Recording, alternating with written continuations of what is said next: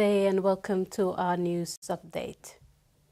A young man from Obob in the Middle Fly district of Western Province is being detained in Tanah Merah, Irian Jaya, after a failed attempt to smuggle drugs across the border. The Indonesian Special Forces apprehended the man on Thursday, 23rd May, while manning the border of Indonesia and Papua New Guinea. North Fly Acting Police Commander confirmed the arrest and identified the suspect as 30-year-old Aiden Diro. He was caught carrying 1 kilogram of drugs at the time of his arrest. In Kariko District, hope has been restored for hundreds of families as much-needed medical supplies arrived at the Inawaya Health Center in Macau. After months of operating without essential drugs, the clinic is once again able to serve its patients. It's a new day at Inawaya Health Center in the heart of Macau. After long months of critical drug shortages, the clinic has finally received a lifeline. This weekend, Energy Minister and Member for Kairuku Peter Isoaimo personally delivered life-saving medicines. The first delivery under a Kairuku District Development Authority resolution aimed at restocking health facilities across the district. This is the first delivery of medication. We give it to Inawaya Health Center. We'll be doing the same for all other health centers in Kairuku electorate. So as the chairman of TDA board, it is pleasing to be doing community service in the issuance of medication to ensure lives are restored, people are healed through medication and healthcare. The gesture couldn't have come at a better time. Health workers had been operating under immense pressure, offering limited services due to lack of supplies. To the nearest for people to get service, and we are really happy because for these last 2 months we couldn't afford to give our quality service because we are short of drugs. So we only gave what we can do. For this, I am really grateful and I thank God for him, that he may continue to be our true leader to serve, keep on helping us in the Kairuku Central Province. Let's all put our hands together. As the supplies are unpacked and shelves are restocked, the mood is hopeful. For many in this remote community, medicine means more than just treatment, it means survival. This delivery is more than just boxes of medicine. It's a sign that their cries are being heard and answered. Minister Isoaimo said the community need healthy people to serve their wards, districts and country. Community service and health is a top priority. Carol Kidu Jr., TVWAN News.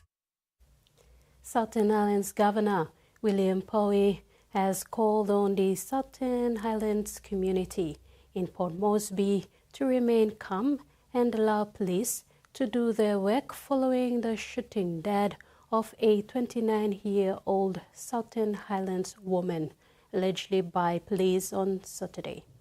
In condemning this shooting, Governor Powie urged for peace while acknowledging the police for the swift action to arrest and detain the suspects.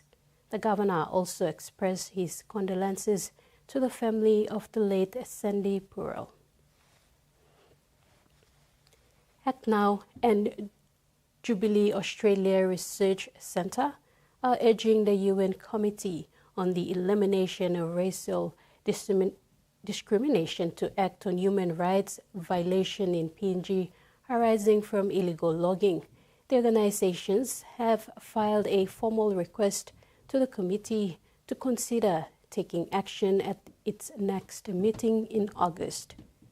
Bismarck Ramu Group has also endorsed the action. Act Now campaign manager Eddie Tanago stressed to the UN that there is pervasive harm to customary resource owners whose forests have been stolen by logging companies. Tanago is hopeful the police will reach UN's attention and is seen by the international community. Phone House has opened its second retail and phone fix outlet in Gurkha, Eastern Highlands Province. This opening now allows for 2 Phone House outlets in Gurkha.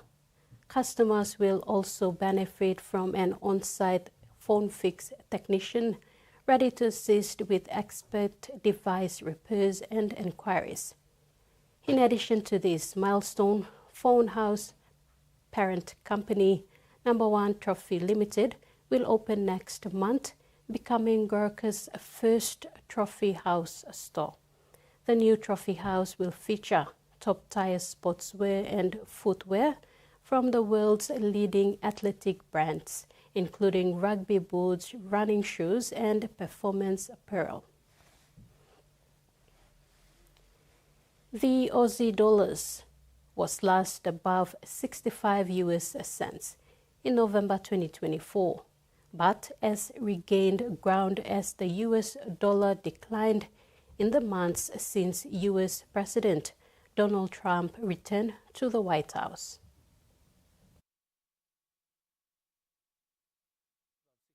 US cents in November, when it was on the way down from a peak of 69.4 in September. It bottomed in January as the US dollar peaked just before Donald Trump's inauguration, since when the American currency has declined 10%, pushing the Aussie back up to where it was 6 months ago, which tonight is 65.3 US cents. Now, during Trump's first term as president, global investors were happy to lend money to the US government for 20 years at 3% interest. Now they want 5%, and they're not even sure about that.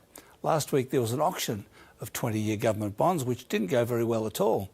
And that's because investors got to look at the One Big Beautiful Bill Act, as it's officially called, which wraps an entire legislative program into one bill that, among many other things, extends the tax cuts from Trump's first term.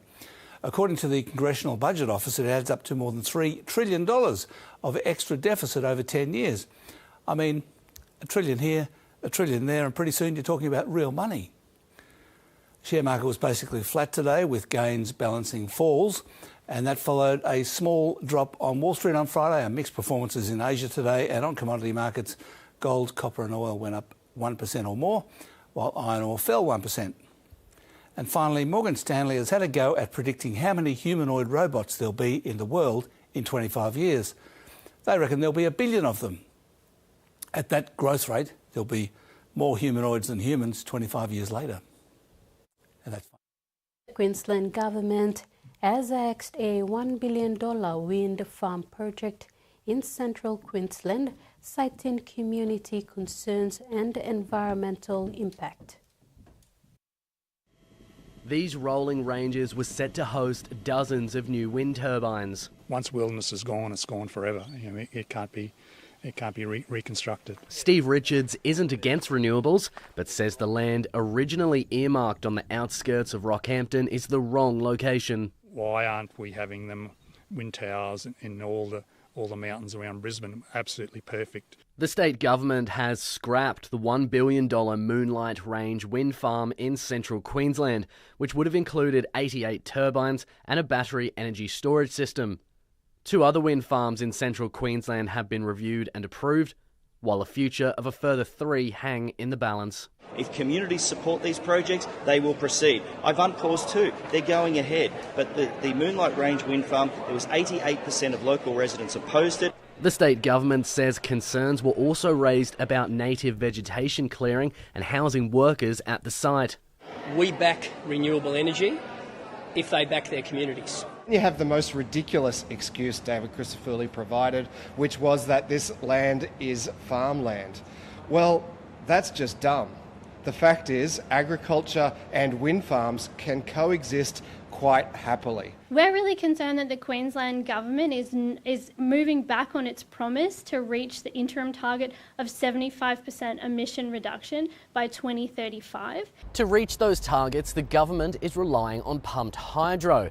It's proposed a number of small projects, but where they'll be built, how many and how much it'll cost remains unclear. The Deputy Premier is promising all will be revealed in next month's budget.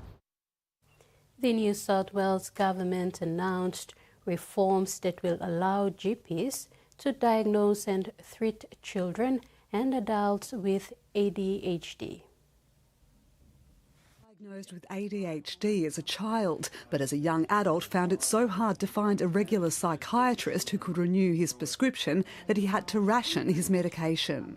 Because it's only a 6-month script, you don't have much time with extensive waiting lists to be able to access an appointment to refill the script. It can become quite costly. I know a lot of people are paying upwards of $500, if not more, for just to get their script renewed. The state government wants to make it easier and cheaper for people like Andrew to access help.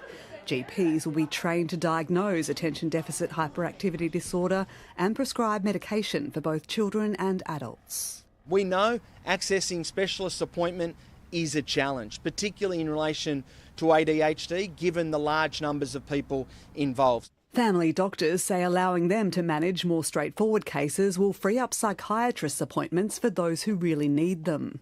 This will mean that ADHD is one more thing that we manage as part of normal care. It's no longer a diagnosis that will have a stigma attached to it. In recent years, ADHD diagnoses have skyrocketed as awareness of the disorder increases and more people are diagnosed later in life. But some psychiatrists are concerned about potential overdiagnosis. There's such incredible consumer demand for this diagnosis as a result of a large amount of self-diagnosis that's going on, that I'm worried that the quality of the assessments will be an issue. And there'll be an even greater expansion. We've already seen a 400% increase in stimulant prescription in recent years. I'm worried that this will just escalate even further. A fine balance that GPs will soon have to navigate. In sports, 5 teams have been in action in the Lay Cricket Association's 50th over competition the last few weekends. The competition witnessed some great cricket action as the Lay community embraces this sport. President of Lay Cricket Association Ken Hia said they have completed the second game of the first round over the weekend and are looking forward to their third game. And with games progressing well, the president is calling for sponsorship assistance from local businesses to support the sport and grow cricket in Lay. And that ends our midday news. Do join us at 6 tonight for more.